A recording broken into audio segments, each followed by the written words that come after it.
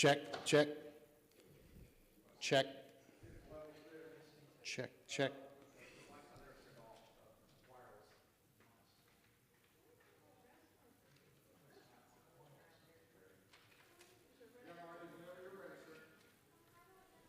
Check, check, check.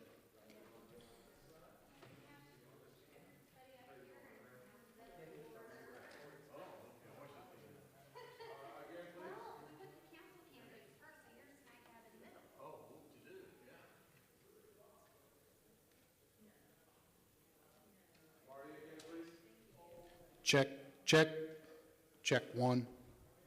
Check, check.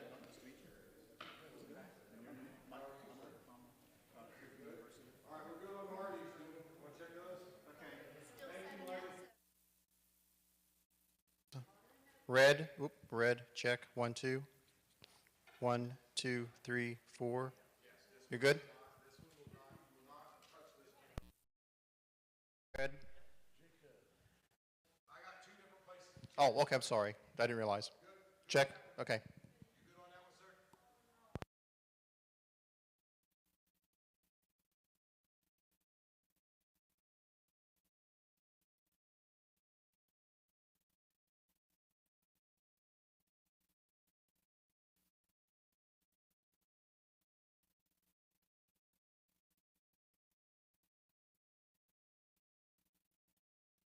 Green one on down that way? Just to the green folks. Everybody's got a little green sticker here? Oh, gotcha. Yeah. Okay. Check. 1, 2. 1, 2, 3, 4. Is green okay? Okay.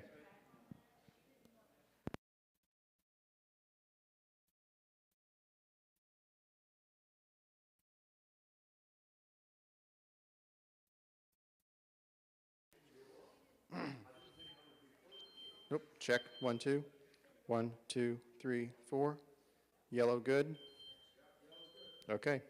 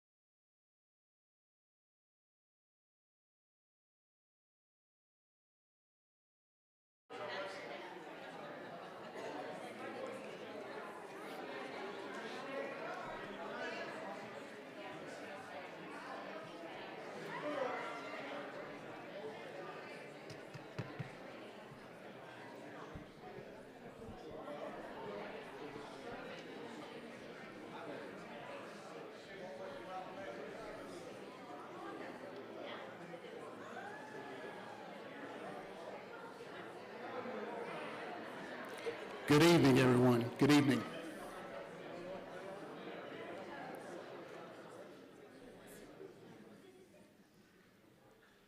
I want to thank everyone for being here this evening. My name is Marty Conley. I'm the president of the Ironton Rotary Club. If you don't mind and are able, could you please stand so I'll lead you in the pledge, please.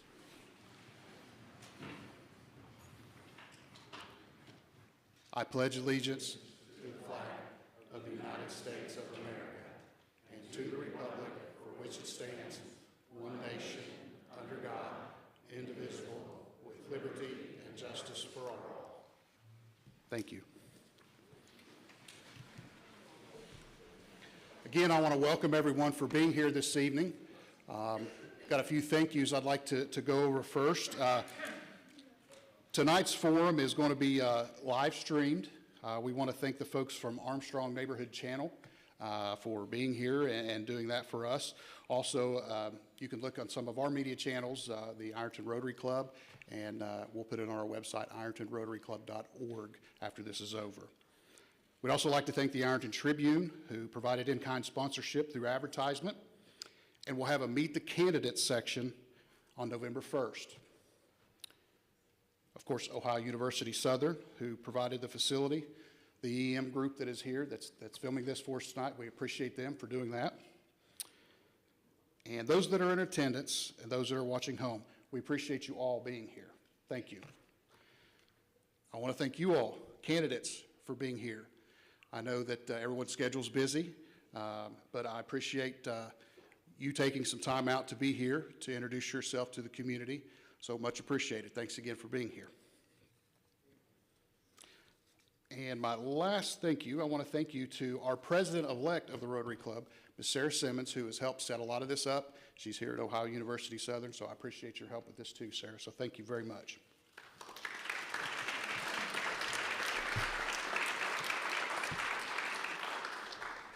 Real quick, what is Rotary? We hear Rotary Club, you know, what is it? Is this banner behind me, we meet every week, have lunch, that kind of thing. I want to explain to you a little bit real quick. Rotary is an international membership organization. It's made up of people who share a passion for and commitment to enhancing communities and improving lives across the world. Rotary clubs exist in almost every country. Our members change lives locally and connect with each other and other clubs to work on international projects that address today's most pressing challenges. Being a member is an opportunity to take action and make a difference, and it brings personal rewards and lifelong friendships in the process. That's what Rotary is. So a couple things about the Ironton Rotary Club that I'm honored to be president of. This club is 104 years old in Ironton, 104 years old. So that tells you right there that this is a great club. In 1923, we had 90 members. I think we're about 35 right now. Also, since 1953, the Ironton Rotary Club has sponsored a nursing scholarship. And also, how many's been to the pancake breakfast? Look forward to that. That's been going on since 1974. Those are things that people know about what's going on with Rotary, but there are some more things that are happening. This is a first for us. This is something new that we haven't done. We also sponsored the Ironton, we sponsored the live streaming of the Ironton Lawrence County Memorial Day Parade this year so folks could see it across the country. That was a first for us. 2 weeks ago, we did Celebrate Community, which was a first for us. We joined with the Lions Club, and there was a need in our community for youth who would come home from school and need something to eat, so we collected non-perishable foods. loaded up a truckload to our city missions so we could help that need in our community. That was a first. This month, it's October. This month of October, you'll probably see some bins throughout the community. We are collecting new socks for those that need them this winter. November 4th, get your tickets now. We're having a murder mystery theater here in the Rotunda. This is a first for us as well, too. So you can get those tickets from our website as well. But those are some new things that Rotary's doing as we go into the future. I'm going to end with this and get this started. At Rotary, we talk about several different things going on in the community and how we can help out. But as a Rotarian, we look at things through a four-way test ethical process. We use this in our personal and professional relationships. This test has been translated in over 100 languages, and Rotarians sometimes recite it at their clubs.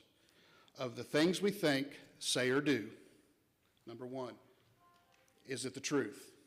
Number two, is it fair to all concerned? Number three, will it bring goodwill and better friendships? And number four, will it be beneficial to all concerned? That's considered the four-way test in Rotary. So I want to leave with that. Again, thank you all for being here. Thank you all for being here. I'm going to turn things over to our moderator, who is Rotarian John Ferguson. And you'll probably notice tonight a lot of folks that have the buttons on. I just want to thank those folks, too. These are your Ironton Rotary Club members. So if you see those folks, that's what these are for. So I'll turn it over to John. Thank you.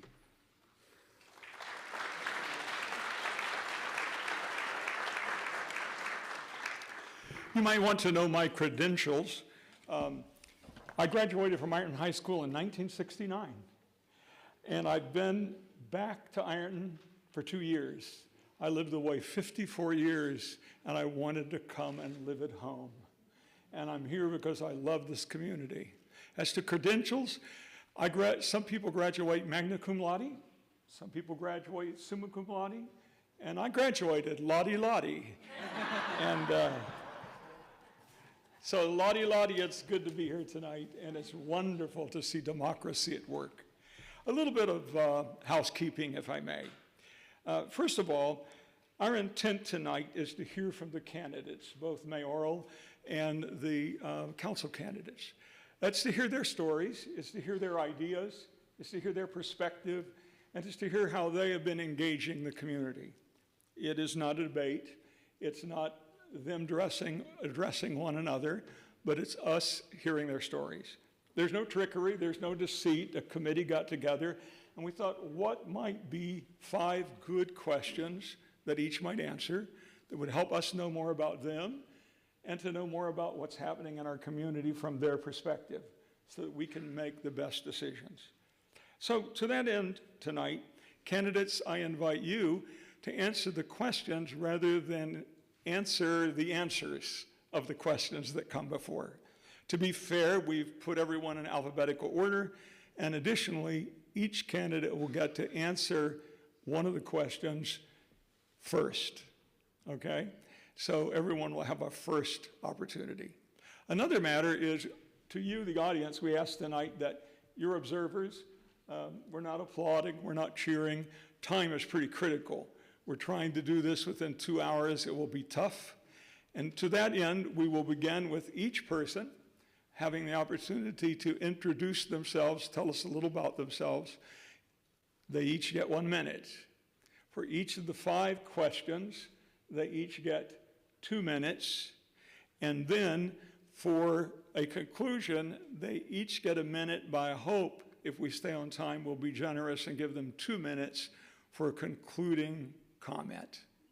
So if we're ready, we'll begin this evening with the first question. And that is, Candidate Brown, will you begin by telling us a little bit about yourself? And as far as Mary Long as our timekeeper, Mary's going to hold up 2 signs. One is 45 seconds, and one is 15 seconds, okay? And the other is time's up. And then sitting beside her is her lovely daughter, Autumn, who has water balloons. And all right, let's begin. Wonderful. Hey, thank you so much. Grateful for the Rotary Club for you guys hosting this, but just to really quickly tell you about myself, I graduated from South Point in 2011, so I'm a transplant to Ironton. I've been fortunate to live here for 3 years now. Graduated from OU Southern here with my degree in management. Went away to Mount Vernon Nazarene University and got my master's in business and master's in ministry, and then got to return here where my wife Maddie and I now live. We own the Shakery, Eats and Treats here in Ironton, and we love getting to serve the community through that. And we've gotten to meet so many of you guys, and we've seen how supportive and loyal our Ironton community can be. And I get to serve as the pastor of Be Hope Church in downtown Ironton, and so I love being part of our local community, and I'm excited to see us move forward together. Great. All right, we're timekeeping these two. All right. Candidate Haney. My name's Chris Haney, born and raised Ironton, Ohio, graduated from Ironton High School, OU Southern, with a degree in Bachelor's of Science of Education. Currently, I'm teacher intervention at Ironton City Schools. My wife Amanda, 3 kids, London, Max, and Knox. All are involved in all kinds of extracurricular activities. I volunteer quite a bit of time to the recreation leagues around town. Currently, we're wrapping up the flag football season, so I volunteered to coach there. Just a tidbit here, registrations for rec basketball are coming up Saturday, 8:30 to 11:30 at Tanks Memorial Stadium. We'd love to see you. Bring your kiddos. Come and sign up. It's a great program. We've been expanding the recreation as a whole throughout the community.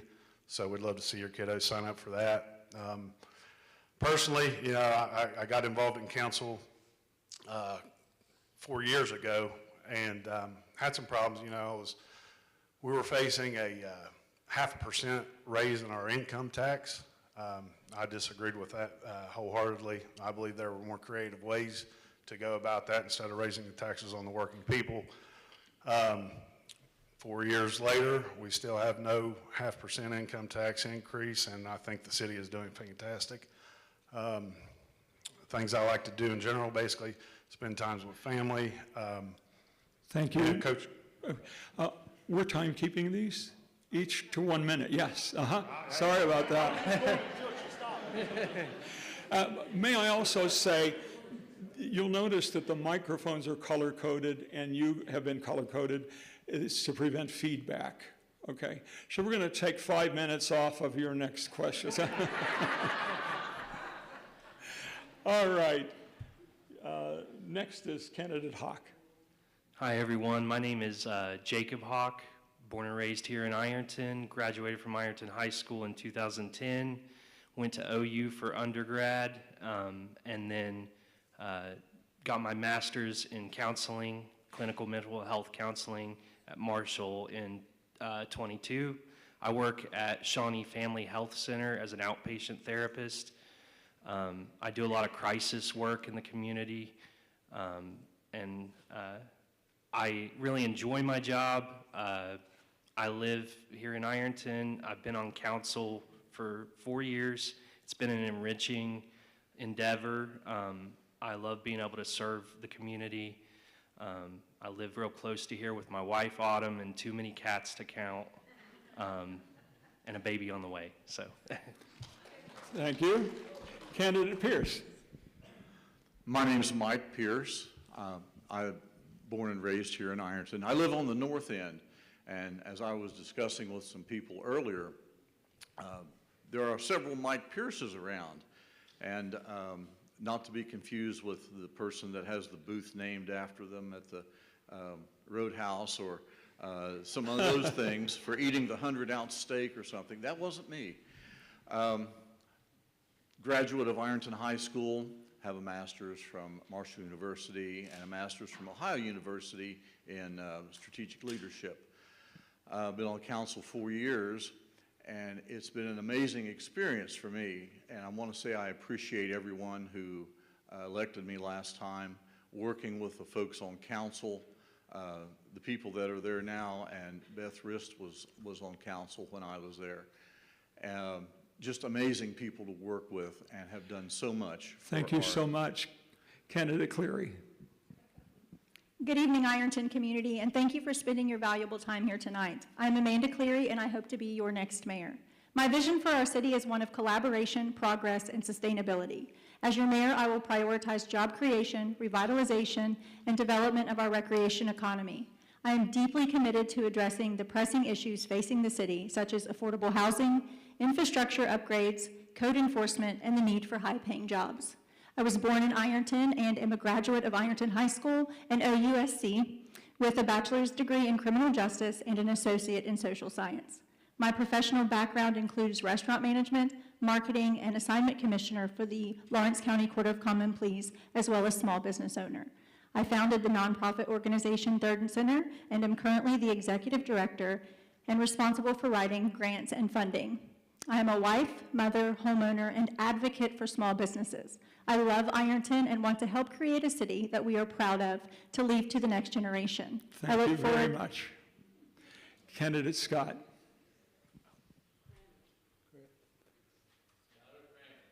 Pardon?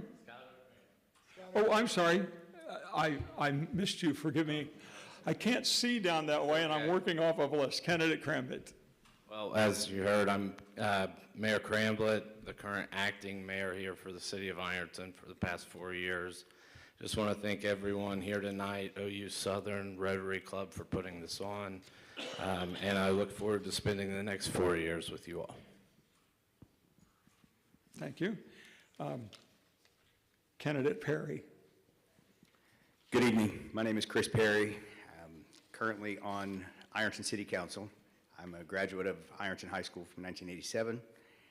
Spent nearly 30 years living in Columbus, honing my skills in sales, marketing, grant writing, funding, a lot of different hats I wore over the years. During my 2 years on council, it's been one of the most rewarding moments of my life. There's lots of things I think that Ironton has to celebrate. There's some things that I would like to see happen differently, which is why I've thrown my hat in the ring to run for mayor. I would like to thank very much Rotary. I would like to thank the Ohio University Southern team for putting this together. And I want to... I'd like to thank the Rotary Club for the opportunity for this forum. I'm Hugh Scott. I'm a lifelong resident of Ironton.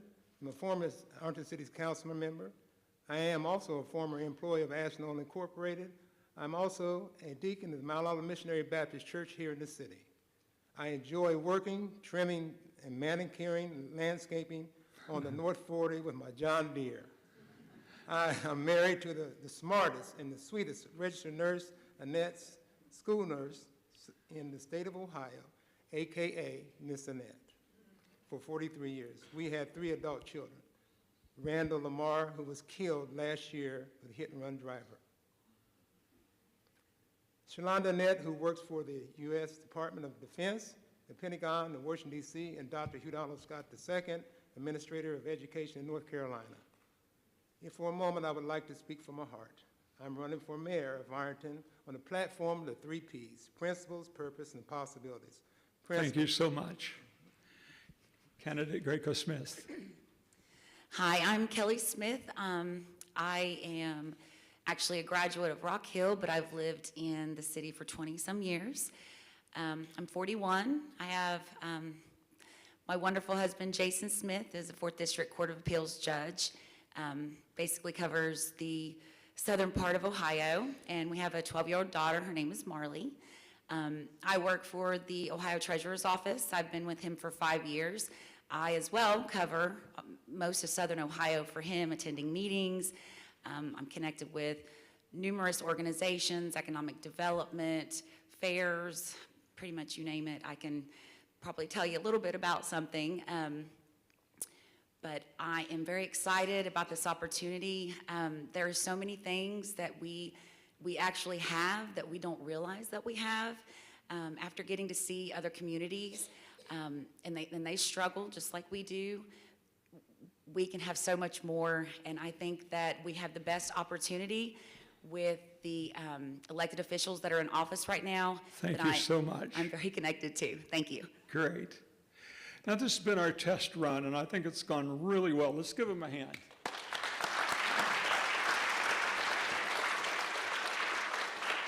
So it's not my intention to cut you off, but it is. Okay. For our mayoral candidates, this is the first question, and we'll begin with candidate Cramblett. In your engagement with the community, what issue has risen as the community's prevailing concern, and how will you work to address it? Not your concern, but what you've heard the community address. Right now, the biggest issue we face for the foreseeable future is housing. We have a high demand for housing here in the city. Our housing market's astronomical, historical numbers is what houses are going for, but we need more development for housing. With that, there are issues that are causing it. You know, lots of folks coming in from out of town, buying up these houses, renting them out to certain organizations. That is something that council has put in place and we have been enacting and reducing a lot of that. But for the foreseeable future, I see our biggest issue is providing housing in this city that is affordable for single families, for those who are young and need rentals. You know, across the board, we need housing. Thank you. Any time that we save, we'll give you a longer closing statement, okay? Very good. Let's continue with candidate Perry. The same question. I'll repeat the question if you like, but if you don't need me to repeat it, just take it on. I think I'm okay. I agree with Mayor Cramblett. I think that the most pressing issue is housing. There's a segment of Ironton's housing that has been sorely ignored for over 50 years, and that is the folks that live in metropolitan housing. I've spent quite a bit of time talking to those folks, and by way of conversation that Mayor Cramblett and another councilman and I had with a group from Marshall University, I started to look into a very simple issue, and that was the condition of the 9th Street Park. 9th Street Park is not a city-owned property, but it is a property that has 2 board members that are appointed by the city, by the mayor, and the director of Metropolitan Housing has done just a deplorable job taking care of the properties themselves, and especially 9th Street Park. So when you talk about housing for all of Ironton, we need not forget about the folks that are living in metropolitan housing, whether it's the 9th Street area, whether it is Susan Court's area, whether it is any of the high-rise buildings. These are people that need our help the most, and unfortunately, they have found themselves in a situation where they have almost no choice in what happens around them. I was able to uncover that there has been a millions and millions and millions of dollars situation gone on for grants that have been turned away by the current leadership of Metropolitan Housing. HUD from Ohio is getting involved. It's going to be an issue. There's going to be some serious issues. Thank you. Thank you. Candidate Scott, what have you heard the community speak to as the most pressing issue? Well, thank you for the question. My concern and what I've heard throughout the community is the rehab situation here in Ironton, Ohio. Rehabilitation, mental health situations. There's a lot of situations happening here in Ironton, Ohio that it just seems like it's being dumped on time and time again. And the citizens around town are really complaining about their city is just getting deplorable. We see this, you see this, and that's the conversations coming up right now. They're really upset about how their city is being ran and see the situation is getting worse and worse. So that's one of my main issues, and what I've heard the community is talking about is the rehabilitation situation in Ironton, as well as the mental health situation in Ironton, And I understand people need a second. In your engagement with the community, what issue has risen as the prevailing community concern? And how will you work to address it? That just you've the one heard? thing. Yes, yes. Okay, well, basically, excuse me, to clean up the city. That will be like a domino effect to get the businesses in, to get some more economic development. It will attract people, but I'm going to say clean up the city, and I think that that would help our growth in our city. Thank you very much. Now we're going to come down to the council members, and we're going to ask the same question. And we're going to begin. Oh, I'm sorry. It'd be nice if I could see everyone. Thank you. No worries. Thank you for the question. This is Candidate Cleary. Thank you. People in our community are struggling to pay their bills, and attracting higher paying jobs is the thing that I've heard the most as a pressing concern for our community. You know, 27%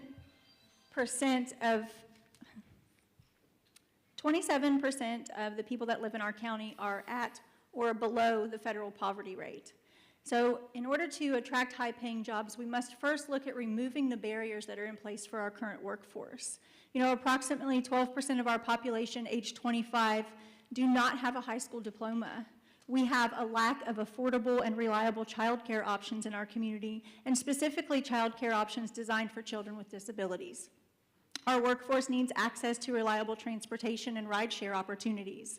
We need to provide access to computers with reliable high-speed internet. We need to partner with our organizations like Ohio University Southern to create shared workspaces so that we can tap into remote work opportunities that do offer those higher paying jobs while we can train our workforce and get the systems in place to provide the things like childcare and ride-sharing options. And I think that tapping into the possibility of building a recreation economy with the natural resources we have, like our beautiful Ohio River and Wayne National Forest, will create a small business boom in our community. So higher paying jobs is definitely a top priority for our community. Thank you. Thank you very much. Now we'll take the council candidates, and we'll begin with council candidate Haney, and we'll ask the same question, and that is, what have you heard as the prevailing concern in the community, and how will you address it? The one concern I have heard, not necessarily above and all else, but is quality of life and things to do, children as well as adults. You know, you live in Appalachia, along the river, you would hope that we would utilize the riverfront, and as council member, teamed up with the current council, we actually put forth some legislation to develop the riverfront, put over $300,000 into that to try to attract people to use those recreational opportunities. Also, this is geared more towards children, but in the last few years I budgeted, I planned the layout and lobbied the rec committee and council for the renovations to 8th Street Park. So that was a little over $50,000 that we used from the Community Development Fund and as well as the rec levy fund to make those improvements. So if you would go by 8th Street Park, you know, prior to this park being renovated, you know, there was, you know, not very many people there. If you were to go there today, there's people there all the time. So just promoting community involvement, promoting businesses to come in, promoting people to go out and enjoy their lives. Since I've been on council, the pickleball courts have been fully renovated. The basketball court at Etna Street has been fully renovated. We've started things like the Memorial Day weekend pickleball tournament for citizens to utilize. Also, we've created a new kindergarten through 2nd grade basketball league that I have created. I've organized for the last 3 years and have instructed for the last 3 years. Thank you. Candidate Houck, the same question. It's hard for me to identify, I guess, any prevailing issue that hasn't already been mentioned. I know rehabs and housing, Infrastructure, I think, is... You have to pick one that Okay. you think is the... Yeah. I would say infrastructure. And I feel like this council as a whole has been proactive in its approach with every issue that's been brought to it. We've addressed a lot of issues, and we're working on a massive storm pump sewer project in Green Valley, because that area of town has been neglected for a really, really long time. Hoping to address the stormwater issues down there. That's probably the forefront of my mind right now. As far as the other issues that have been mentioned, though, this council has drafted a lot of legislation to address the issue with unchecked sort of rehabilitation programs, and in conjunction with the mayor and our code enforcement officer, I feel like we've been able to address a lot of those issues. Yeah, thank you. Thank you. Candidate Pierce. Thank you. I sort of see it as you talk to people in different parts of our town. If you lived down on the north end in the Batham Lane, Green Valley area, you would surely say flooding is absolutely the worst problem. Our streets are terrible. We're the forgotten part of town.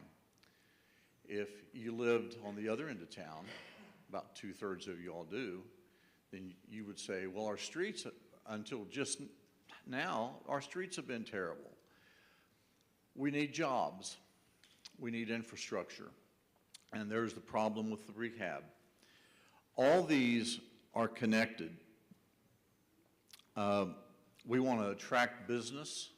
We can't do that without having housing.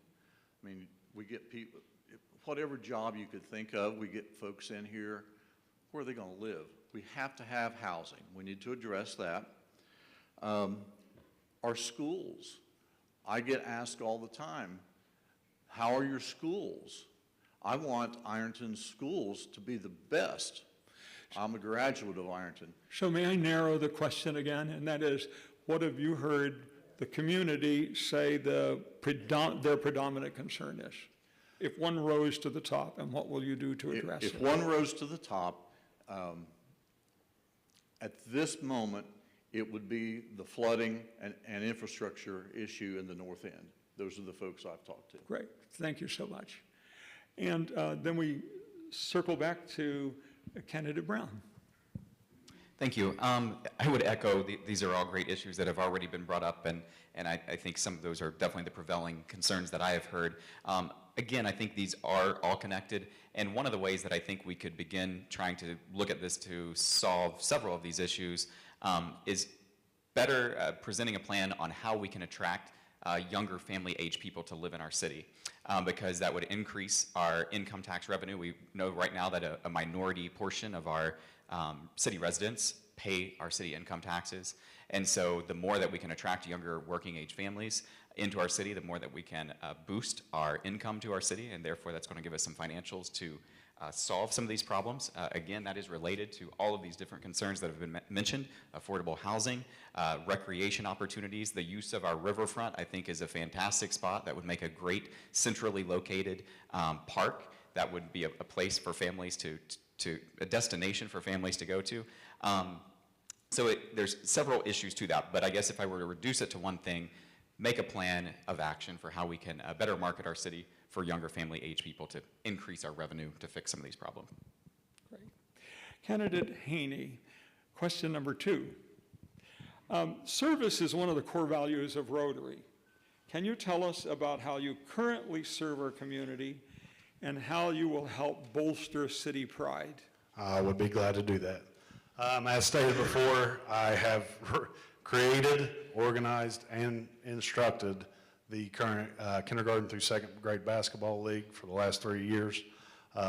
You know, that's pretty time consuming, but it is very gratifying to see the smile on those kids' faces when they come into the gym You know, they only get a couple hours a week for each grade level, but man, they are excited when they come in. So I'm currently, you know, volunteering as a youth football coach for flag football. That season is wrapping up and coming to an end, so we will be rolling into the youth basketball. Continue to advocate for the renovation of community parks, community spaces. You know, like I said, 8th Street Park, I spent a lot of time going back and forth with Ladas, the company that sold and installed the playground equipment. So I'm continue to spearhead initiatives to renovate the community parks, community spaces. Another thing that I've done is to be involved in the Ironton Recreation Pickleball Tournament. This is the second year running, looking at organizing the third year for that. And just in general, being a good steward to my constituents that would vote for me. I believe that I have, over the last 4 years, answered the calls of any concerns that anybody had. My phone was always open. My emails were always open. I will continue to listen to the voters, listen to the citizens, and address their concerns, whether it be through legislation that I've created or action through myself. Thank you. Candidate Houck, will you take the same question? How have you been engaged in the... Service is in the very nature of that job. I see people from all over Lawrence County, but I also work after hours in the crisis response team as well. So I get lots of calls to the Lawrence County Jail, to St. Mary's in Ironton, and an opportunity to help people that might be. And every decision that I've had to make, every vote, I've given a great deal of thought to. And I feel like looking back through the past 4 years, I can stand by every decision I've made because it's been thoroughly researched, it's been thought out, and I feel very lucky to be on a council where we can communicate and discuss the issues at length. So yeah, between my job as a counselor and my role as a city council member, I feel like service is just in the nature of both of those roles. Thank you so much. Candidate Pierce.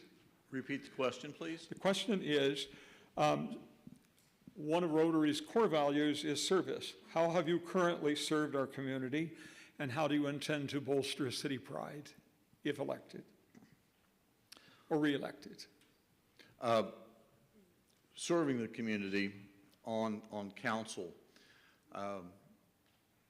When I was elected previously, the one thing I promised was that I would work with the city government and the other council folks to get things done. And to reiterate what Councilman Hawk has said, we work together, and we've done so many things to help our town. As you heard Councilman Haney, there's a list of things that we can take pride in our town. But specifically, the pride, I think, comes from a lot of little things, like having clean streets, new street signs. We have adopted ordinances for weeds and nuisance, and we have an enforcement officer for those things. You're slowly seeing disheveled houses torn down around the town and replaced, and new buildings going up. All these things add a sense of pride, I think, to our community. Well, we're glad to see that thing gone. That's going to be an improvement in our neighborhood. And it makes home values go up. So service, I think being on council, and then pride, those little things in our community that everyone kind of looks at and appreciates. Thank you. And the same question for Candidate Brown. One of the ways that I've had the privilege of serving our community has been through the church that I'm get the privilege of pastoring, Be Hope Church, and we do a thing each year called Hope Week. And I'll take a moment just to brag on our people that serve at Be Hope Church that make this a reality. And as part of that, I've gotten to help our team come alongside of restoring. In partnership with other organizations too, with Third and Center, we've come alongside to help restore 4 of the flood wall murals. We've cleaned up multiple city parks of some of the old playground equipment at some of the parks before they had replaced equipment. We got to take part in sanding some of the equipment and repainting it in the interim until the new equipment arrived. We've gotten to be part of hosting community events that have resourced underprivileged kids with free clothing. We've done, this past year, it was one of our team members came up with an idea to do free haircuts, and we got to do 80 free haircuts for our community, completely free of charge to all of the kids. And so I say all that to say, I'm not responsible for any one of those things in its entirety, but I've gotten to play a part as a team to serve our community and work hand in hand with the people in our community. And it's been I've been honored to be able to do that. It's been fun, and I think that more than anything, we have to not just talk about accomplishing things, but we have to actually take action. And so I've had the privilege of doing that with our church as a whole, and then also in serving our community through Shakery. And so we know that's not volunteer service, but it's an opportunity for us to take pride in our community. And my wife and I have had the privilege of taking something that was a community staple for years in Ironton, and we've gotten to breathe a little bit of new life into it. And we've seen a community that has been so supportive as we've done that, and it's enabled us to continue to invest in that and invest in our local residents. So, thank you. Thank you. We'll continue with candidate Cleary. Same question. Thank you. In 2019, I founded the nonprofit Third and Center, and through that organization have obtained a deep understanding of not only the needs of our community, but our assets as well. I have led projects like the Summer Solstice Music and Arts Festival, designed to showcase our local talent and highlight our beautiful riverfront. We have done cleanup efforts like the Moulton's Field project that restored one of our community green spaces from an eyesore into an asset.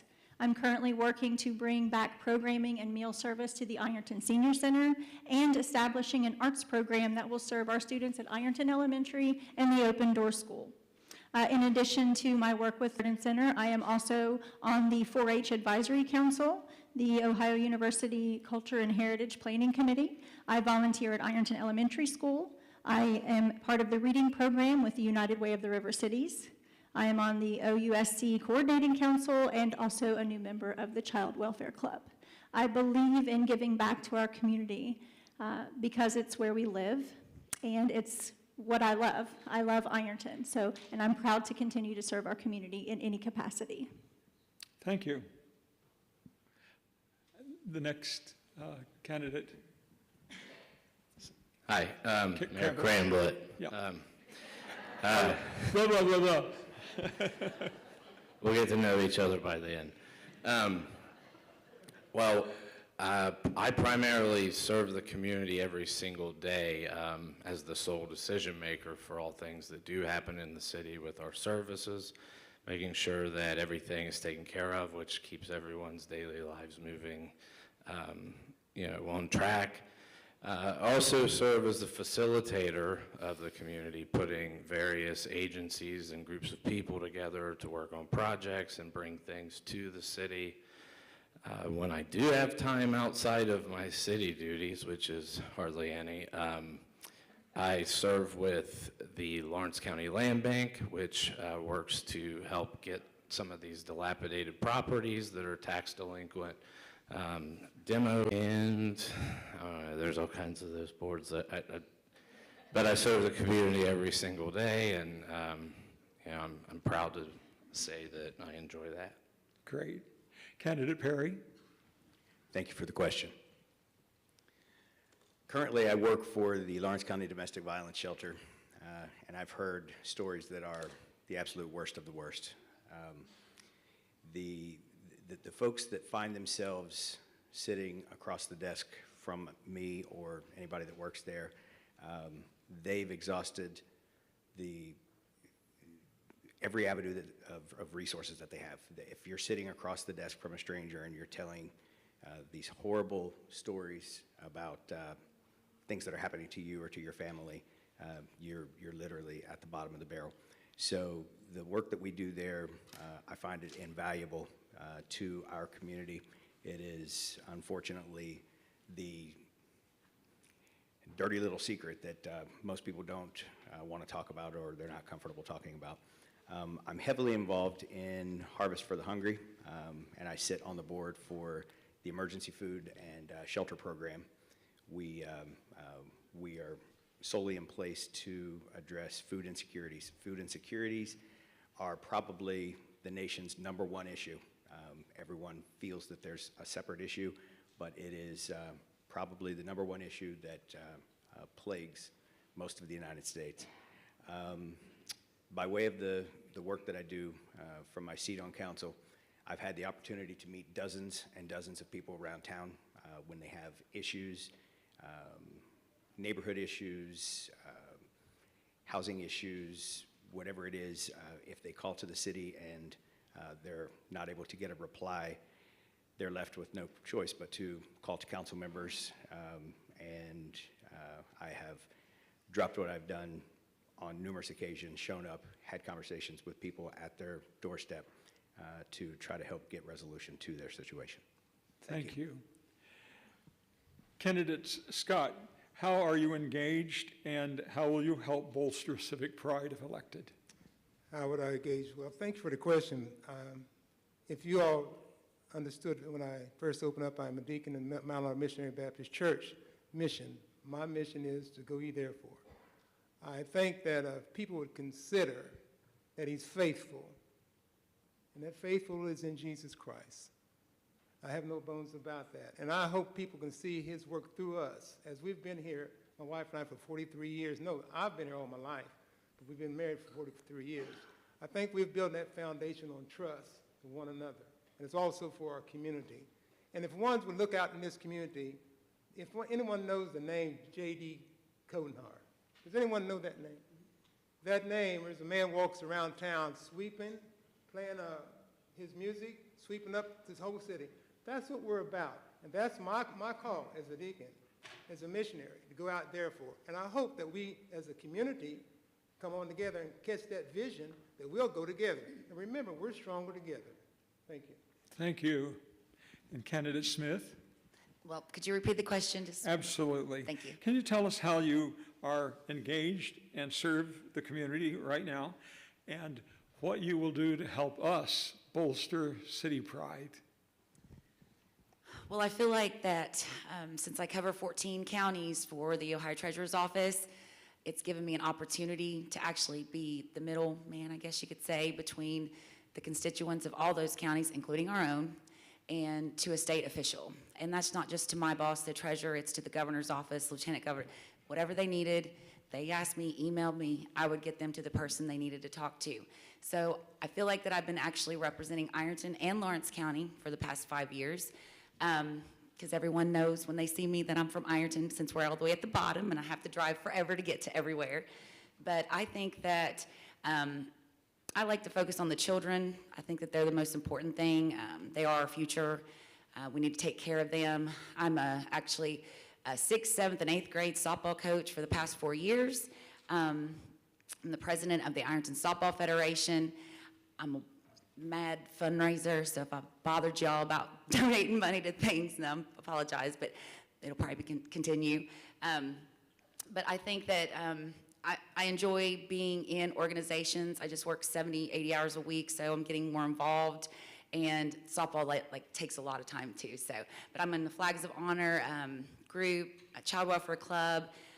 Like I said, the president of the Ironton Softball Federation.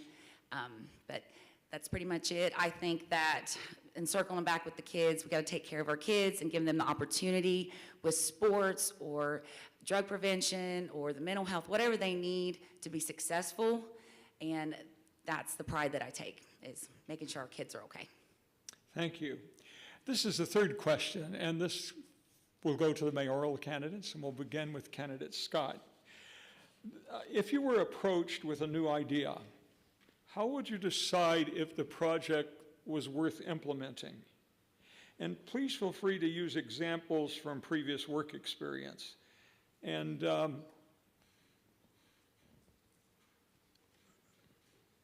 Well, how I would approach it, first I would ask the community to be in involvement about the project.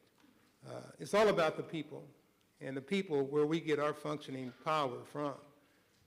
And that's what we're doing. We're working for the people.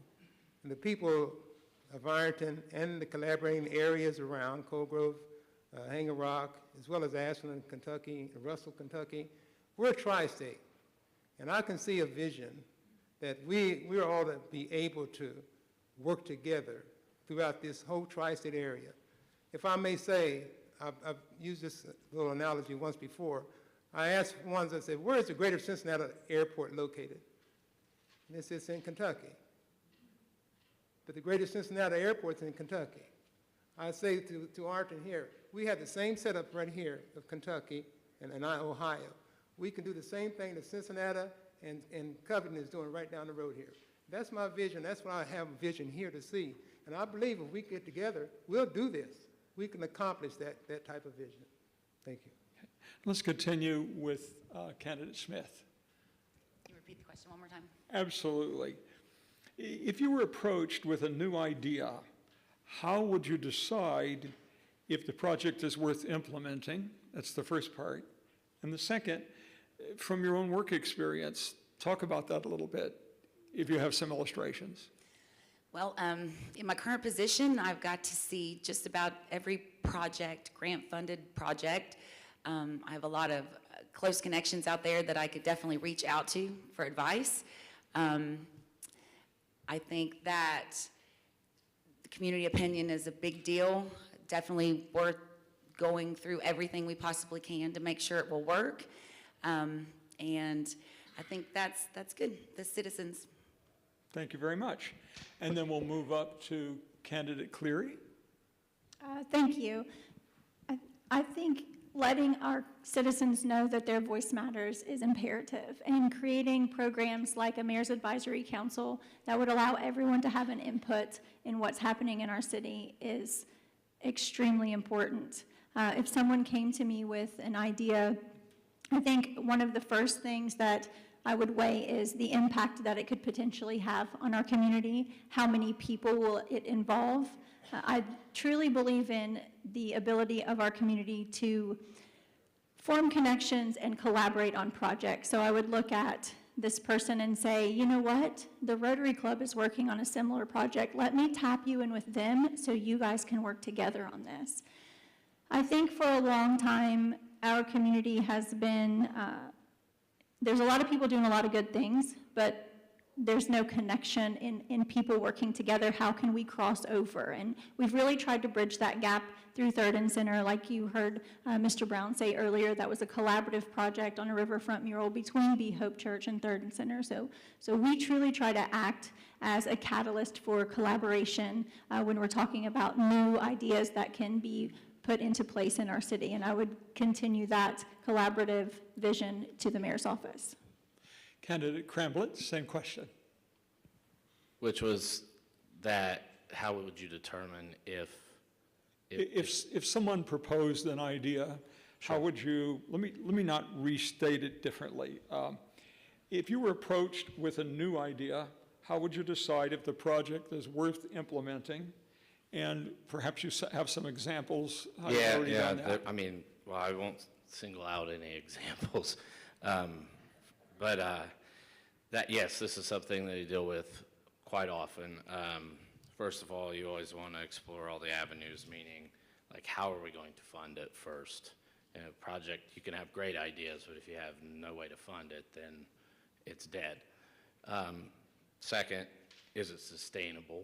Is it something that we can continue to keep moving after the initial investment? 3, who's going to operate that and make sure that it continues its operation?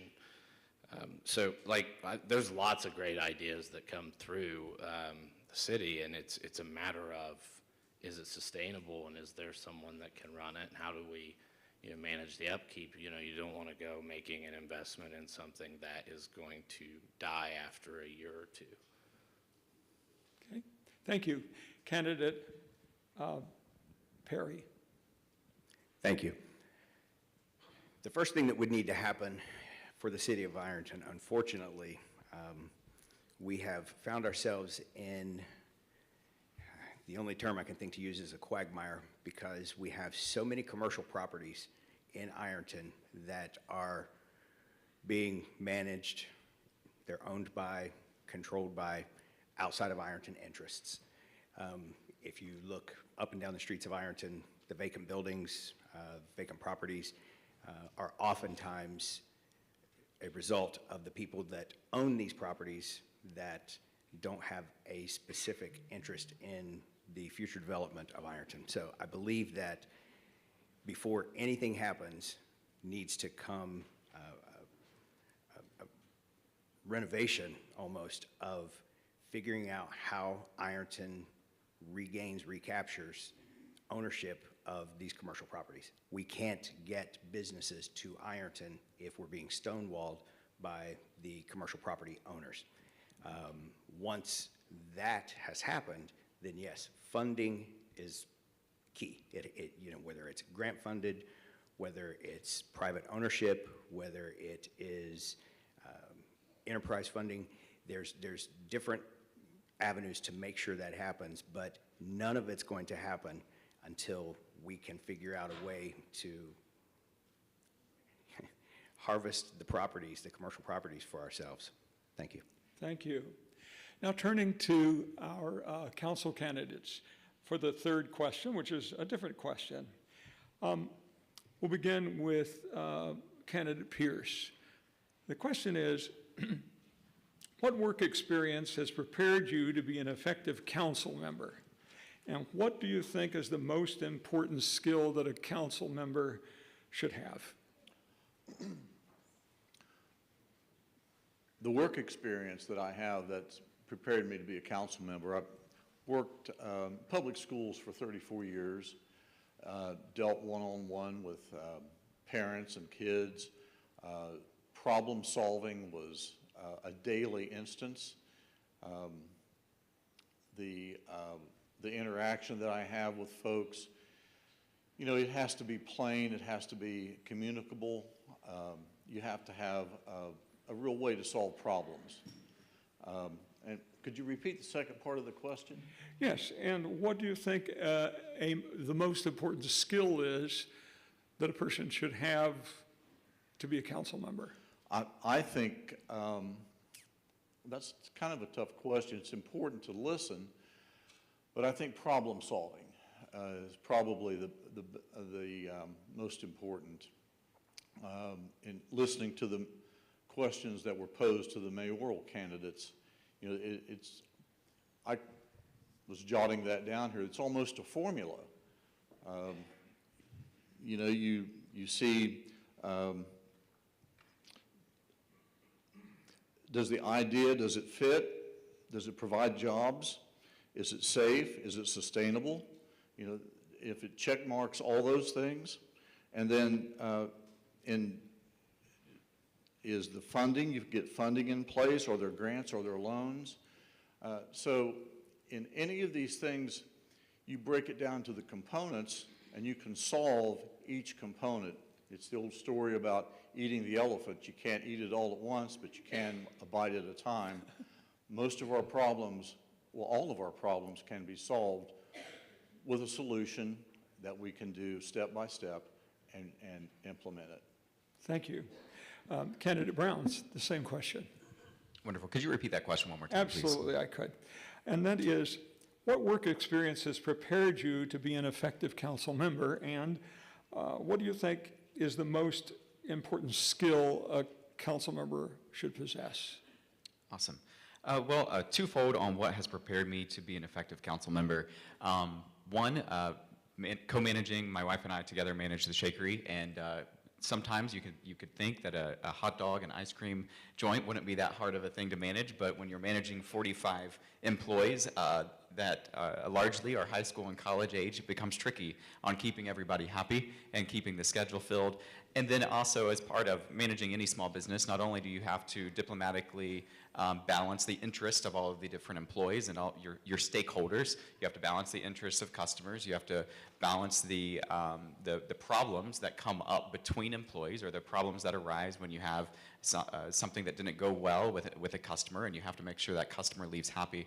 So all of those things, I would say working in Shakery has really helped give me skills to work with other people, to problem solve. I also agree that's a huge skill needed in any leadership position. You have to be able to face the problems that do come at you, and you have to be able to tackle them quickly and with wisdom. And so another thing, through leading at Be Hope Church, I've learned that you have to trust in a team, and I have a leadership team that I lead on a monthly basis, who helps me make decisions, so that I'm not always making decisions single-handedly. And I think that's super important, that when you are making decisions, you are trusting your coworkers in doing so. And so, of course, that's the function of a council, is that a council is working together so that you can achieve more together, instead of being siloed and trying to do things completely on your own without the advice and wisdom of other people. So when it comes to the most important skill, I think, is collaboration. You have to be able to hear from other people, tap into the expertise that people that may know more about a specific subject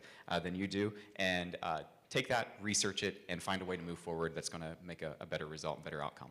Thank you very much. Candidate Haney. Yes, in my work experience, I've been intervention in some very difficult classrooms. I've been employed as a high school coach, middle school coach, and everywhere in between, from a bartender to cutting grass.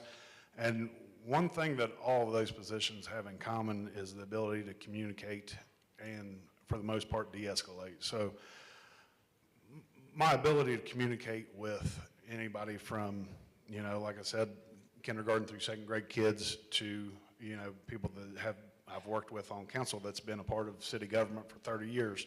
I have no problems communicating wants, needs, expectations, and just in general, communicating with them for what we're working towards for the betterment of the city.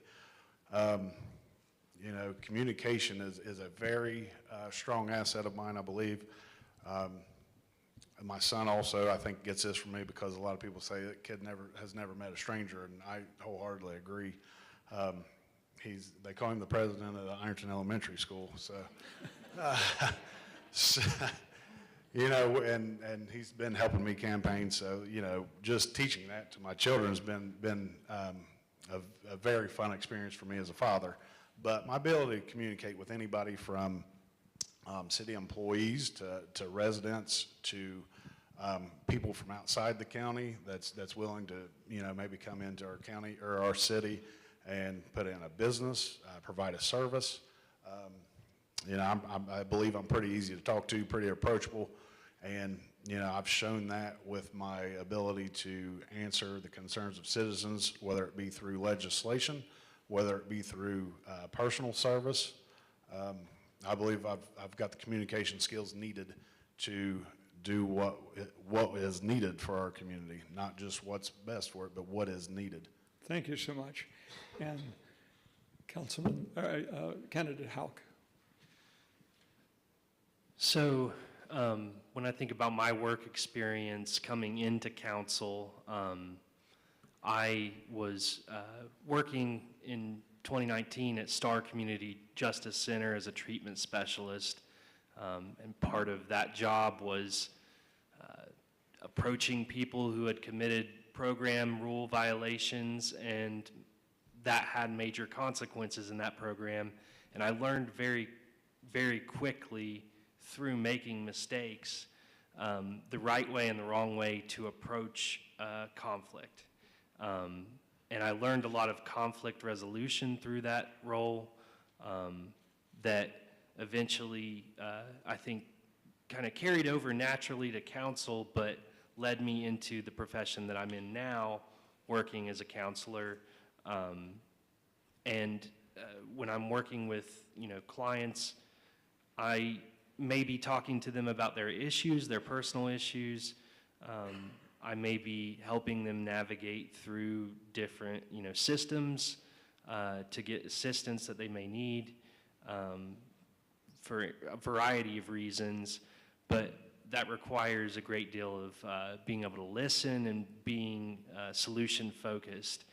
And I feel like as far as the number one skill that is required of a council member, I feel like keeping the focus on the role of council, which is outlined in the charter, and that's, our job is to legislate and appropriate funds. So we have to make practical decisions, you know, as far as legislation is concerned, because what we draft in law is no good if it can't be carried through. So I'd say focus on the goal at hand. Thank you very much. I think we're doing really well on time. And if you're like me, my mind cannot contain what my behind cannot endure.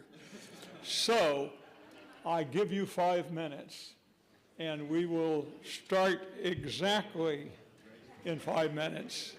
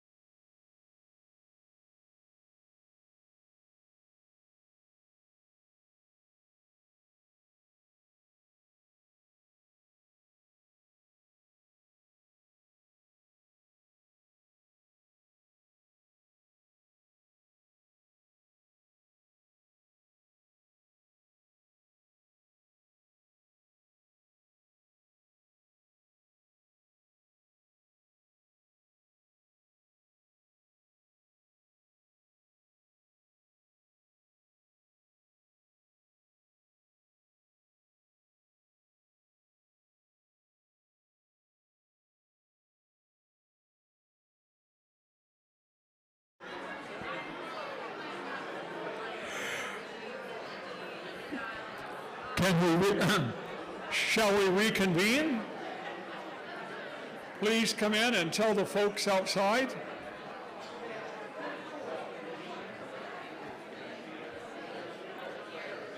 Please be seated, thank you.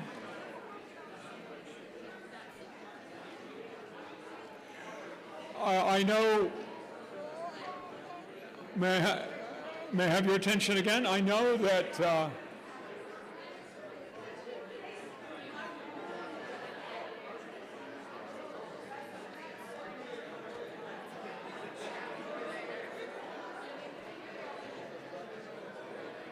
good evening. In the interest of you being able to talk and visit with one another, the university has graciously agreed to keep the parking lot open until 3 o'clock in the morning after the event, okay? So, great. One more matter of housekeeping. I noticed that the candidates have kindly been addressing me. And ideally, if I were sitting in the front, and I couldn't because of the microphone and blocking the cameras, if I were sitting in the front, it would look like they were talking to you. So I'm going to ask forget I'm here once I ask the question unless you need me for something. And thank you for looking this way. I'll listen in. Also, someone said they were unable to hear. Is anyone having hearing problems? I wear hearing aids, and I'll let you have one of mine. But I'll talk into the mic. Very good. We're now on question number 4. And let's see. This is a question for our council candidates. If you could change one thing in our zoning code, what would it be and why? And we will begin with, I believe it is now time for candidate Houck.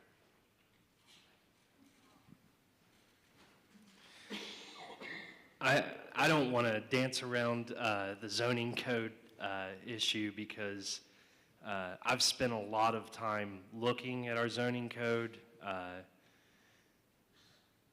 As far as changing one thing, I don't know if it's fair, but I feel like writing an entirely new zoning code. So if I could change one thing, it would be everything. And I say this because I've spent weekends looking at that code. I've sent, I think it was like an 11-page opinion request to Brigham about our zoning code, especially with the issues that we've had with the rehab centers. And we've worked with what we have, but what we have was written in, I believe, 1969, is that right? So there's language in there that is archaic, sometimes just downright like just the kind of language you wouldn't use anymore. It's like sanitariums and stuff like that. So I feel like the entire thing needs redone. And I know we were looking at that at one point and talking with a consulting company. It was going to be expensive, but who knows? It may be something that we can tackle in the next 4 years. So yeah, one thing, everything. Okay. And candidate Pierce, will you take that question? Well, I would have to reiterate much of what Councilman Houck said. We have taken a really close look at many parts of the zoning code. We've created the central building zone, the downtown district, to promote businesses coming in there. We've looked at the rehab. We've reworked many parts of the building of the zoning code, and we're still working on that. In retrospect, it may have been better to go back and just start all over and restructure it. But we're working, like he said, with some issues that may be outdated, and we're working that out, redefining areas, trying to promote businesses, and keep certain businesses, certain zones open to particular businesses and activities. Thank you. Candidate Brown. Wonderful. One of the things that, with our zoning code as a whole, I think enforcement is a huge thing. I've read through most of the zoning code, and there's a lot of great stuff contained within, but I think there's a lot of it that doesn't get enforced, or if it does get enforced, it takes a long time to get enforced. And so when we talk about things like cleaning up the city and taking pride in how our city looks, first step is enforcing the code that is already on the books so that those things can be remedied in a quick manner. When it comes to what new thing would I propose, and I would love to explore the idea of a fee for vacant properties, absent owners in particular. We look at all the commercial properties that have ownership that is outside of Ironton, and they don't care that their property is setting as blight to our community because they don't live in our community.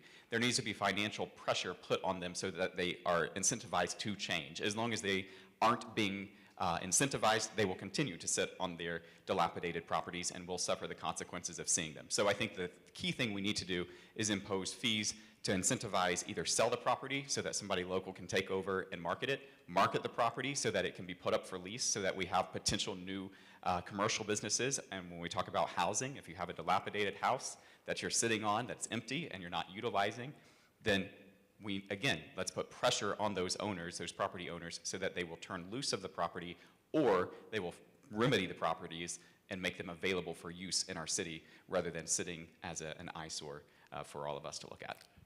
Thank you. Candidate Haney. I don't think this is necessarily a question for what would I do. It is more of a statement of what I have done in regards to zoning. We currently do have a vacant property registry that you have to sign up for, and there is a fee attached to that. I've also outlined the current and new central business district zone. I created the borders for that. Councilman Klein created the wording of the legislation for that. Council as a whole has created a new district in the last 4 years, R1A zone. This allowed the expansion of R1, I want to say the pros of R1 into some R2 districts. So these are things that we have currently done in regards to zoning. I think I've looked through the zoning until I'm blue in the face. We've created zones that no longer allow for health services that are a hot topic right now, so we've done that. We've expanded the R1A district throughout a lot of the city. We've created the B2 zone, which we didn't create. We expanded on that. We're currently looking into some more zoning legislation that would recreate some of the zoning map that we have. So in general, this isn't a new issue. We've been working on it for 4 years, and like I said, there's ordinance number 2267, 2268 establishing a new zone. The ordinance creating the new R1A created new definitions in zoning to allow for your rehabilitations in town. So Thank you so much. This is for our mayoral candidates, question number 4 for them. And we'll begin with candidate Smith. Do you think that the business in Ironton is healthy and successful? If so, what would you do to build on that success? If not, what would you do to change that for both new businesses and established local entrepreneurs? What's the first part again? Sorry. Okay. Do you think business in Ironton is healthy? And if so, what would you do to build on the success? And if not, what would you do to change that for both new businesses and existing businesses? I do think that there are businesses in town that are very successful. Could they all use help? Absolutely. But to bring more businesses in, we have to help them shine a little bit better and have some more resources to build more customers or bigger menus or whatever they need to do to be more successful for themselves. But I think that if we had, and I think that this has already been a thing before, but like a business association, a business organization, a small business hub, anything like that where our small businesses could go to find answers on loans or programs or anything like that, or just have somebody to reach out to that can reach out to someone else to get some answers for them. So I think that that would be the best thing, is to give them a little bit more support by having a committee or an organization. Or I kind of like the idea of the small business hub, because then that may let people be able to work from home with all the new industry going in with the Intel and things like that. So that might all kind of just ball in together there. So I think that. Thank you. Candidate Cleary. Thank you for the question. As a former small business owner, in 2018, when I left the court, I quickly became a small business owner in downtown Ironton with the opening of the Vault Market, and that allowed me to see the struggles facing our small business community firsthand. I think that this is a multifaceted approach. It's not a quick fix, but we do have a wonderful small business community in Ironton. And I think that there are several ways that we can grow on that. The first is making downtown revitalization a priority. We have a plethora of buildings downtown that the codes are not being enforced and the buildings are not up to par. So if you don't have rentable retail space in your downtown or in your community, you cannot promote small business growth. So that would be step one for me. The vacant property registry is a thing, but I think that it needs to be enforced, and also the punishments for vacant property needs to be stricter. I do believe that our business license ordinance needs reviewed. Currently, it's $2 for a 2-year business license, and I think that you can do so many things when you know who's conducting business in your city. The first thing would be promoting them on the city's website, branding our city so that we can attract more businesses to our community. I think that we can establish micro lending programs and create small business incubators in our community, in our Ironton City Center.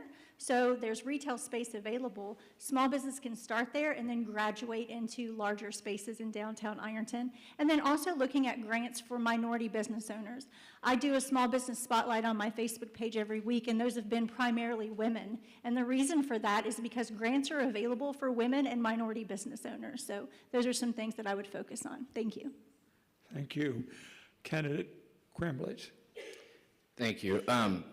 So I do think it is healthy, but it's not great.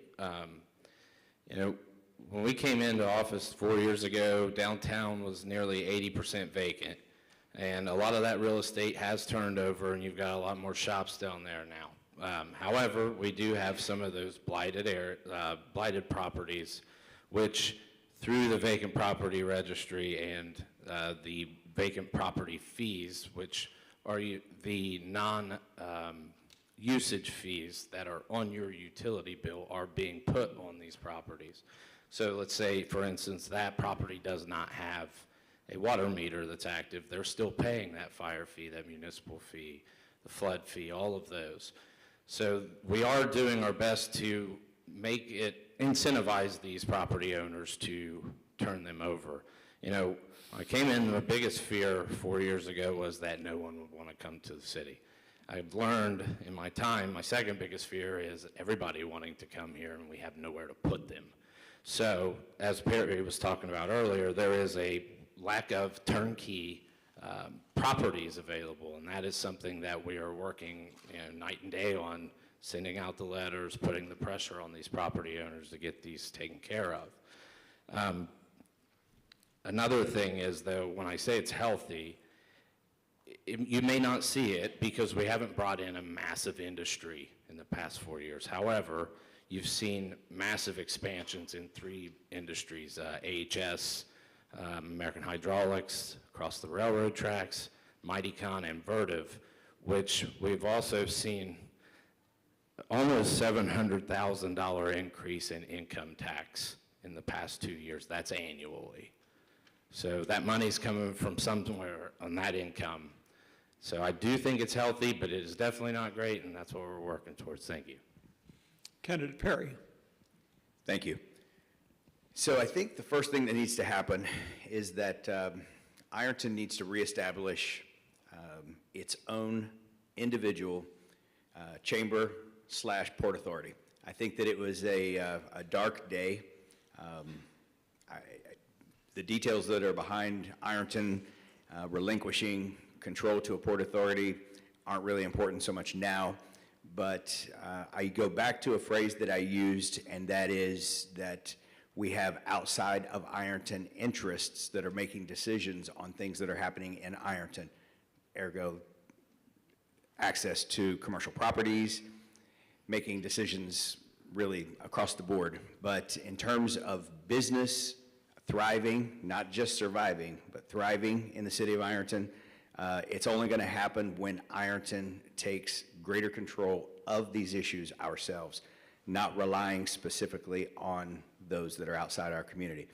Additionally, I think Ironton needs to offer greater access to the economic development dollars that are out there.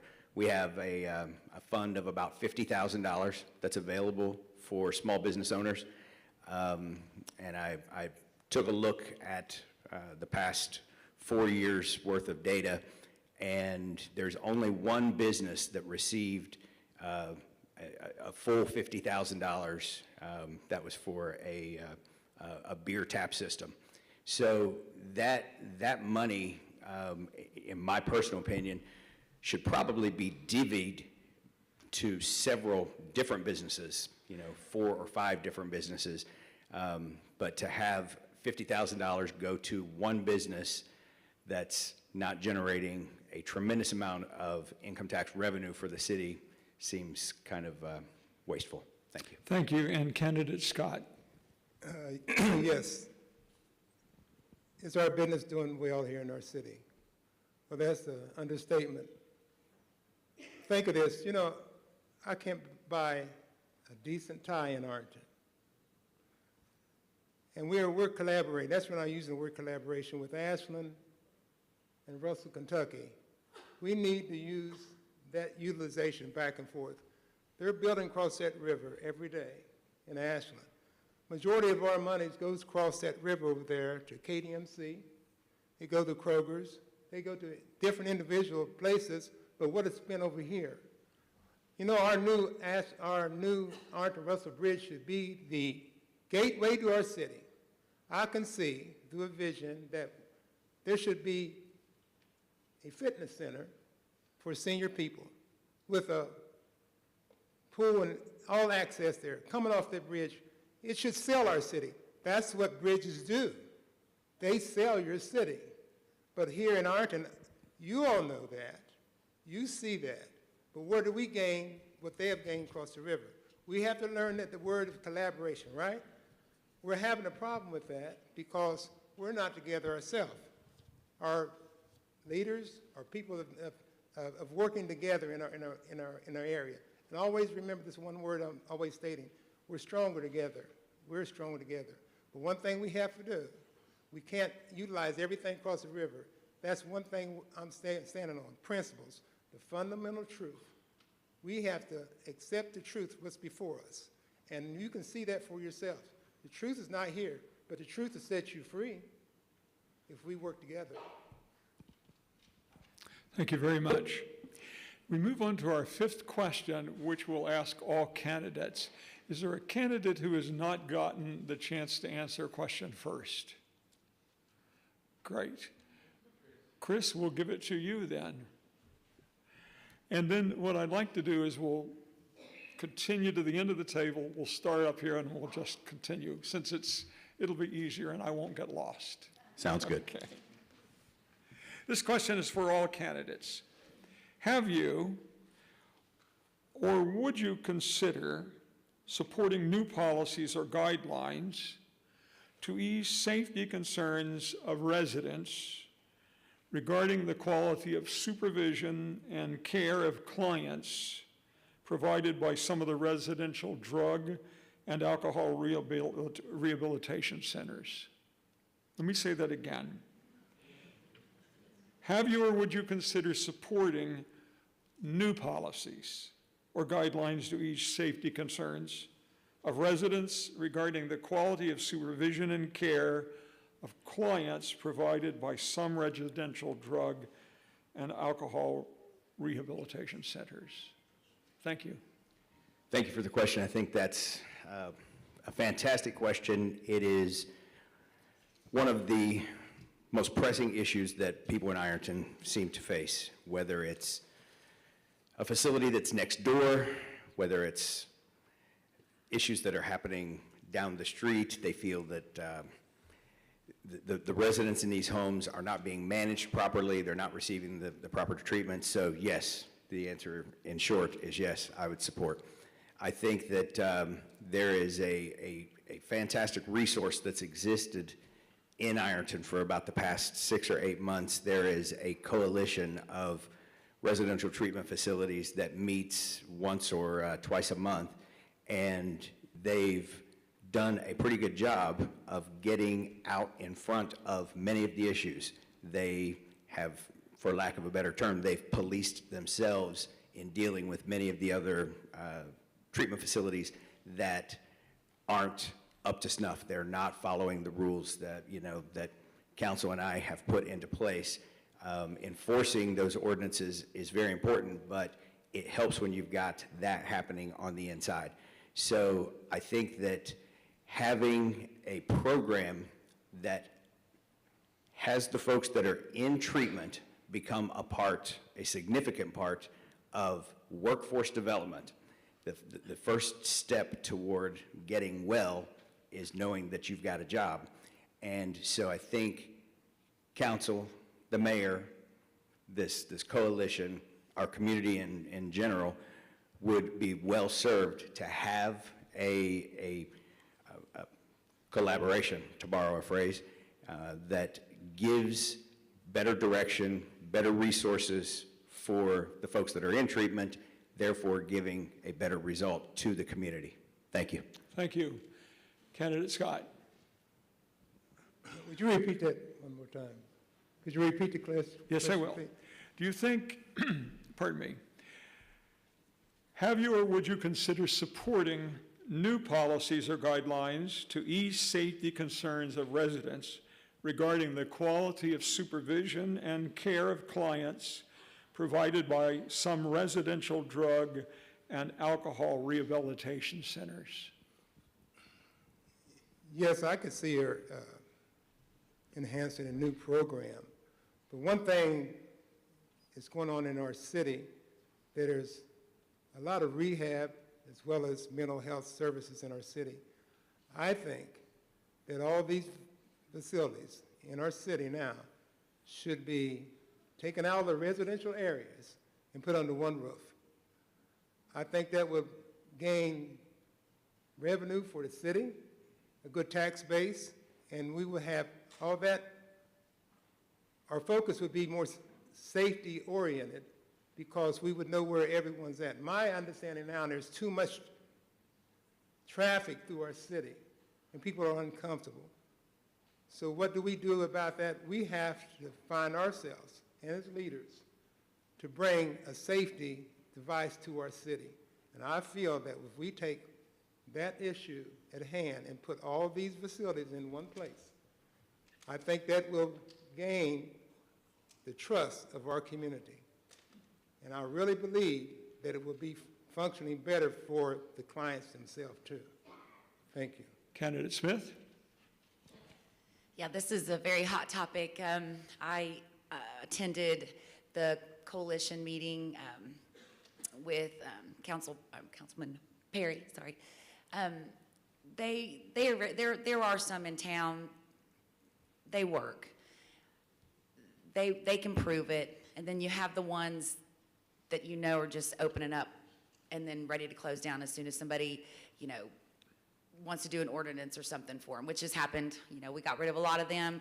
I understand that there were 50, and then once they passed the ordinance, then they quickly left town. So I think that if we did have a group that, with elected officials, council, probably some head members, owners of the rehab facilities or mental health facilities, I think that we could keep better tabs on what's going on and what kind of treatment they're getting and what their progress is it working, is it not working? And then, of course, they need to get back into the workforce. They probably need to get a car. There's all kinds of things that they need to get to the next level. And once they're rehabbed, then hopefully they can become good citizens of either maybe our city or maybe another city where they're from. So I think that yes, if we have a, just tell me I'm talking too much. if we had a group that actually would pay attention and really care about what is going on, I think the citizens would feel more comfortable with it. So that's all. Thank you. Candidate Brown. Yes, I would support legislation of this manner. We recognize it's a widespread issue. Talking to several community members, we all know it's an issue. We know that there are recovery rehab companies that are in it for all the right reasons. Over the past 4 years, we've had the privilege of hiring a few different people that have been in recovery programs to work for us, and we've seen the success of that firsthand. But then also, we, you know, not firsthand in our company, but we've seen outside people that have failed out of these programs, and it's super sad to see how addiction takes a toll on their life. But we also have to take steps to ensure the safety of the rest of our citizens. I know that one of the things that I think poses a big problem is a lot of the companies that perhaps maybe don't have as much enforcement or management oversight in place is a lot of outside area residents that get transported into our area. And that becomes a bigger issue because if they do fell out of that program, then they are here without family, without a support system, and without the financial means to return to where they came from. And so then it becomes this delicate issue of they're most likely going to be living on the streets here in our city if there's no family or support system to house them in the meantime. And so I would definitely support some systems to put in place to at least monitor how many clients are at each of these facilities. I know with our business registry now, I would expect that we have registration of each of these companies, but if we could know exactly how many clients are at each location and then work with them to develop some sort of centralized hub for things like the workforce development that's already been mentioned, and then also, which this may be beyond. New language in our zoning, going back to zoning, went from 5 to 3 non-related family members per dwelling. That's helped out tremendously. We've created ordinances. I've personally created ordinance to ensure that these rehabs that are currently around abide by all the rules set forth by OMAS and all the other alphabet titles that they have. And that was maybe within the last 8 months. So this has been an issue that I've maybe within the last 8 months. So this has been an issue that I've personally dealt with for the last 2 years. It's been super time constraining for council. We've had a lot of long meetings, a lot of headaches, but I think council has done what we could do to the fullest extent of the law. There are many pieces of legislation that we had to recreate or rework due to legal constraints that were basically advised to us by our city solicitors. I think council as a whole is in favor of creating these ordinances that hold these places accountable. We don't want the fly-by-night places. We understand there's an issue with this, treatment community, but we also want to make sure they're doing it for the right reasons, make sure we are holding them accountable to provide high-quality care for these individuals and not just release them to the street for, the residents of the community to have to deal with. Thank you. Candidate Houck. So, a lot of legislation. I've attended some of the Behavioral Health Coalition meetings myself, and I appreciate all of the stakeholders in the community that are trying to do the right thing, because I feel like what we're talking about is quality of care, and there's a lot of money wrapped up in these rehabilitation programs, and there's not a whole lot of oversight from the state. I feel like I would support any legislation, and I have supported legislation to help address this problem within the scope of the way that we can address it, which is through legislation. And we've ran into a lot of obstacles in that way. I feel like the onus is on the state to address this issue. I know several months back, Representative Baldridge had supported a House bill. I don't know what happened with that, but I see now that Representative Pizzulli in Scioto County has introduced another House bill that would prohibit. Candidate Pierce.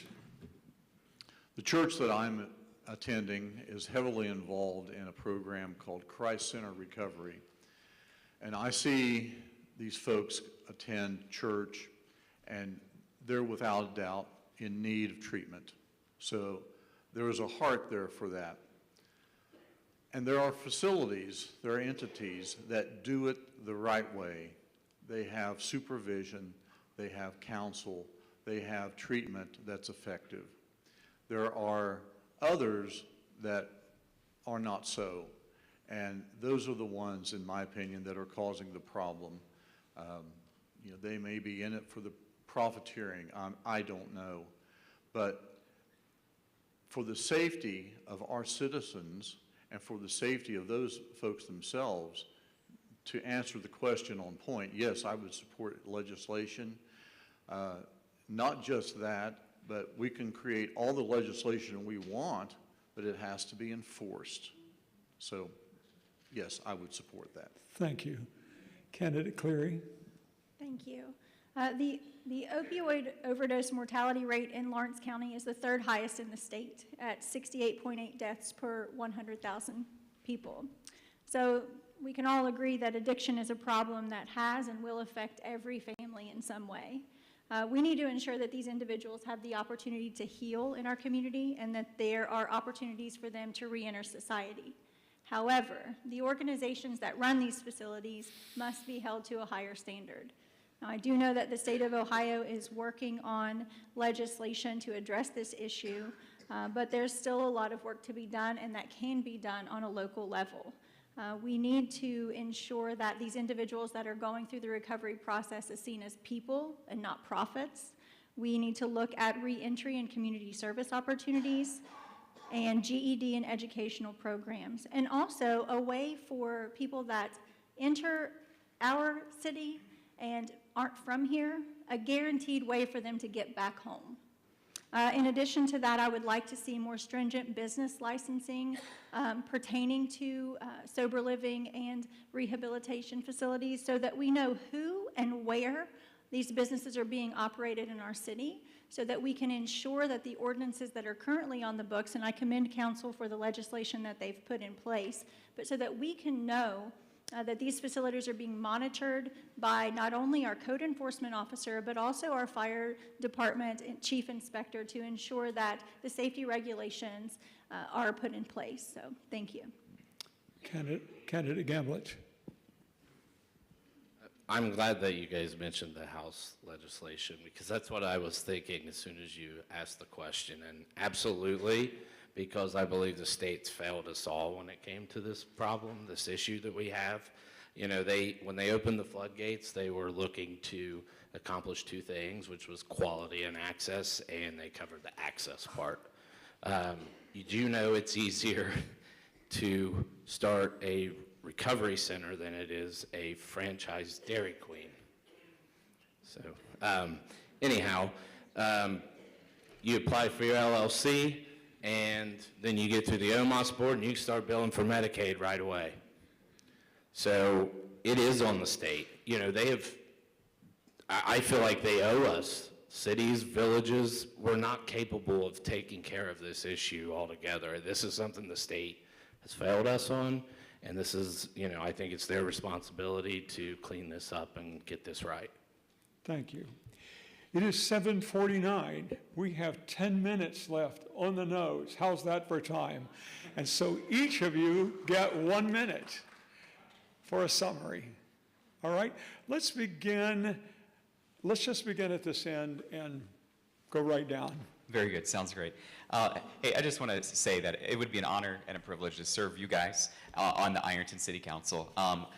There's the old adage of never mix politics and religion or business and all of those things, and I know there could be a concern that I'm involved in all of those things in some way in our community, but I say that that's not an issue because I'm not a politician at heart. I'm just someone who has a vested interest in our community in a variety of ways, and I want to be part of helping it move forward together, collaboratively and with a vision. I think what we've heard tonight is there's a lot of great things that are already happening too, that some of us may be hearing for the first time. And I think a key thing is that as a council, we also have to be able to not only legislate and fund, but we have to be able to be transparent and communicate what that vision is with our community. Because if you guys don't know what's happening on a monthly basis, what's being passed, what's being legislated, it's hard for us to see how that is being, how it's all unfolding before us. And so we need transparency and we need just that communication. All right, yeah, over the last 4 years, it's been 4 short years, but if you guys would remember 4 years ago in this room right here, we were talking about an increase in the income tax. Mayor Cramblett stated that we've not only, not needed that, but we've actually increased our revenue from income tax over $700,000. So that's no longer an issue. We've found creative ways to address these issues. One of the things that I personally created was ordinance number 2158, and that is in regards to a 3% hotel motel excise tax. 1.5% of that goes to the economic development fee, which was funded by the citizens, which is now not, because I created an ordinance to remove the $1.50 from your utility bill. Another thing is that we have authorized we've authorized the sale of the Memorial Hall for development for the community. Thank you so much. All right, so we've talked about a lot of things tonight. I know I'm kind of ready to get home and eat dinner. But as far as gratitude, I am incredibly grateful to have this opportunity to serve the city. The last 4 years have been one of the most enriching experiences of my life, and I hope that you'll consider giving me a chance to do it again. We have a lot of really good projects in the works. This job never stops. We're always working towards something, and I feel like we've got a good team right now. I hope that everyone just takes that into account whenever they go to the polls. Thank you. Thank you. Teddy Roosevelt said, it's not just about what we can have today, but what we can give to tomorrow. And I would like the opportunity to see through with council a variety of things that are in the works at the moment. The street paving, we have a comprehensive plan with our water department. We've purchased mechanicals for the street department and all the sanitation. We've moved the Wallahan building. We're going to sell we're going to revamp the Old City Garage. We have flood control for Green Valley and Batham Lane, revamping our parks and our riverfront. And there's more. And I would like the opportunity to stay with council and see those projects through. Thank you so much.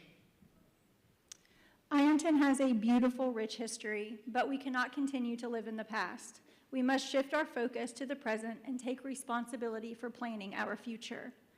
I want to lead our city into its next era, one filled with prosperity, hope, fun, and most importantly, equal opportunity for everyone. With my professional background and leadership experience, I'm confident that I'm the right person to lead our community forward. My grandmother always told me to leave it better than I found it. And that's exactly what I hope to do as your mayor. Thank you to the Rotary, Ohio University, and Armstrong Cable for hosting such an important event for our community. And thank you all for your time and attention this evening. I am Amanda Cleary, and I humbly ask for your vote. Hello. I again want to say thank you all. It's the past 4 years. It's been a pleasure. It's very rewarding being in this position and getting to see things turn around for our city. You know, when I was a kid passing papers down in Green Valley, I never imagined I'd be involved in the one fixing that water that I was trekking through with my grandmother here. Thank God she drove me. But that, along with many other projects, I'm honored to be a part of it. As far as moving forward, we have so much in the works. You know, I don't think any of us have to, you know, sit here and promise the world. We're showing you that we're delivering the results already, and I would be grateful to spend the next 4 years with you all again. Thank you. Good evening. Thank you all again for coming out. Appreciate the opportunity to address everybody. And I'd like to start with start by finishing with a quote that Muhammad Ali said. It's been quoted by many, but the true character of a man is how he treats those who can do him no harm. I believe that it is incumbent upon us all to be our brother's keeper. I think that there are so many people that live in our community that don't have a voice. They don't have equal representation. And if I am fortunate enough to be hired, not just elected, but hired as mayor for the city of Ironton, I will be a mayor for all. Thank you. Thank you. Thank you. One thing I'd like to say that we have to remember what we're here for. We're public servants.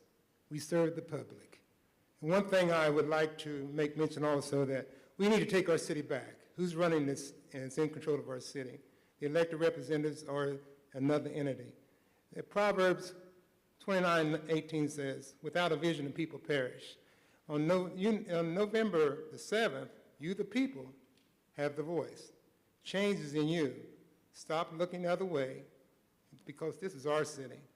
Take it back. Take the city. The city works for you, not the city, excuse me. The city works for you, not you work for the city. We're stronger together. And also, one closing statement here. That's 2 Chronicles 14. If my people would humble themselves, if my people, which are called by my name, shall humble themselves and pray and seek thy face and turn from their wicked ways, then I will hear from heaven and I will forgive their sin and will heal their land. I believe that. I believe it. And also, Thank you very much. I would like your support. Thank you so much. I just want to thank the Rotary Club, thank OU for hosting this. I've never got to do this kind of thing before. I have got to speak and sing in front of lots of people, but I really appreciate the opportunity and thank you all for coming. I believe God put me in my position with the Ohio Treasurer's Office to learn and absorb to bring it back to Ironton. It's very unique. I don't know that anybody's ever got an opportunity to do what I've been doing, but I'd be so honored to have your all support to be the next mayor. So I'll work hard, tirelessly. The squeaky wheel gets the grease, and I'm ready to take on the challenge. Thanks. Well, it's been an extraordinary evening. You've been a marvelous crowd. I hope you got your money's worth. You paid for your tickets, didn't you? And I propose we start a Clean Up Ironton campaign by looking around you, taking the things tonight so that the university doesn't have to do them. If somebody's still drinking their drink, don't take it out of their hand, okay? But if they forget theirs, will you take it with you? Thank you to the university, for the Ironton Tribune, Rotary, of course, and for Armstrong. Have a wonderful and safe evening.